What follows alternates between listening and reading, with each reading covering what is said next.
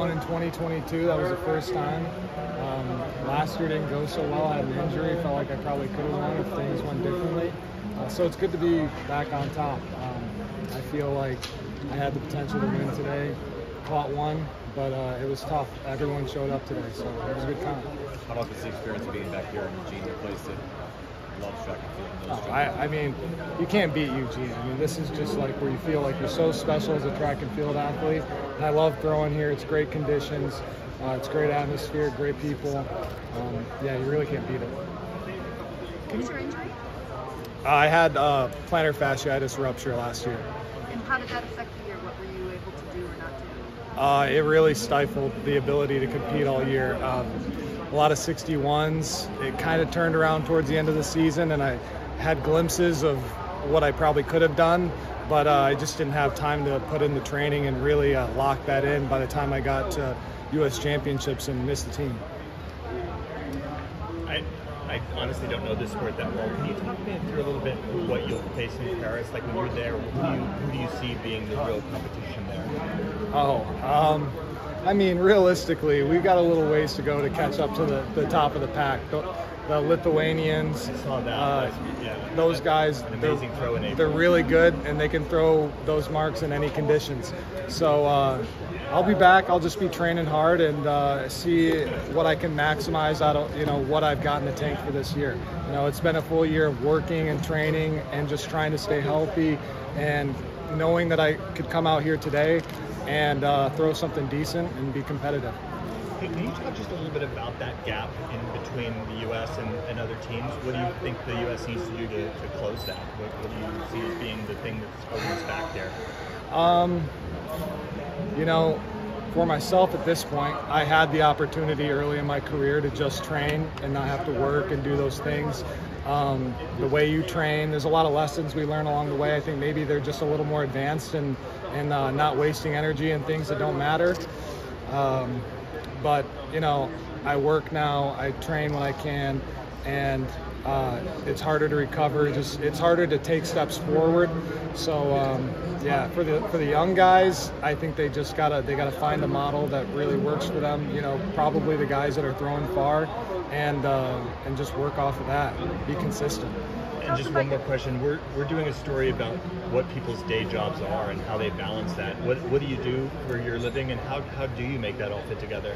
So I'm a brewer at a microbrewery called Wax Wings, and it's a lot of manual labor. It's a lot of this and that. It's not easy to go out and practice after. Sometimes my best friend actually is the owner, so he lets slack. Yeah, he cuts me some slack. So he lets me go out and train before, and take my little vacations here to go win a medal. He's really supportive. But did you actually use vacation time for this? Oh no, we don't. It's a small scale, It's It's not official like that. Will there be an Olympic beer brewed? For sure. Yeah, we're still working on the name. What is the brewery called, and where is it located? It's called Wax Wings Brewing Company. It's in Kalamazoo, Michigan. Okay.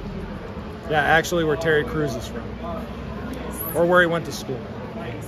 Can you talk about what you're most excited about qualifying for the Olympics, and what you'll do in Paris?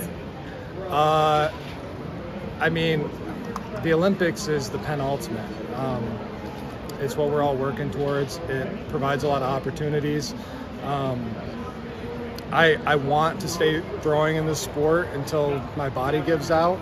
It's hard financially to keep doing it, but when you do something like this, it gives you a lot of support, and I'm just grateful for it, to be able to keep on throwing and have the medical, have the money, all that stuff. Are there any sacrifices you've had to make for financially to make this work? I mean, this year I wasn't funded, so everything's pretty much out of pocket to go to meets and stuff, other than the meets that I got into where meet promoters pay or what have you. But yeah, there's definitely some out of pocket expenses incurred. I'm a pretty simple person though. I don't do too much medical. I don't do too much of this and that. Just go out and train, try not to injure myself, and just maximize the time that I have. Did you change your training after the injury so that you were in better shape this year or less chance of injury? I don't think it was necessarily the training that did it. It was just something that crept up, and I kind of maybe neglected it a little bit. I was able to train on it, knew it was sort of there, and then one day it just kind of popped, and then that was it. So in coming back from that, I kind of realized like what I needed to do to keep it healthy through a whole season, and I just applied that this year, and I was able to, you know, keep it at bay. And what did you need to do? The main thing was a night splint, to be honest. That was the thing, letting it heal in a stretch position all night long versus, you know, relaxing and then getting tight. And then in the morning, you know, anybody that has plantar fasciitis knows it hurts really bad in the morning and all that stuff. So that was the main thing. Huh. And can you take us through your series today? How did it go? First throw went poorly, probably wouldn't have made the final.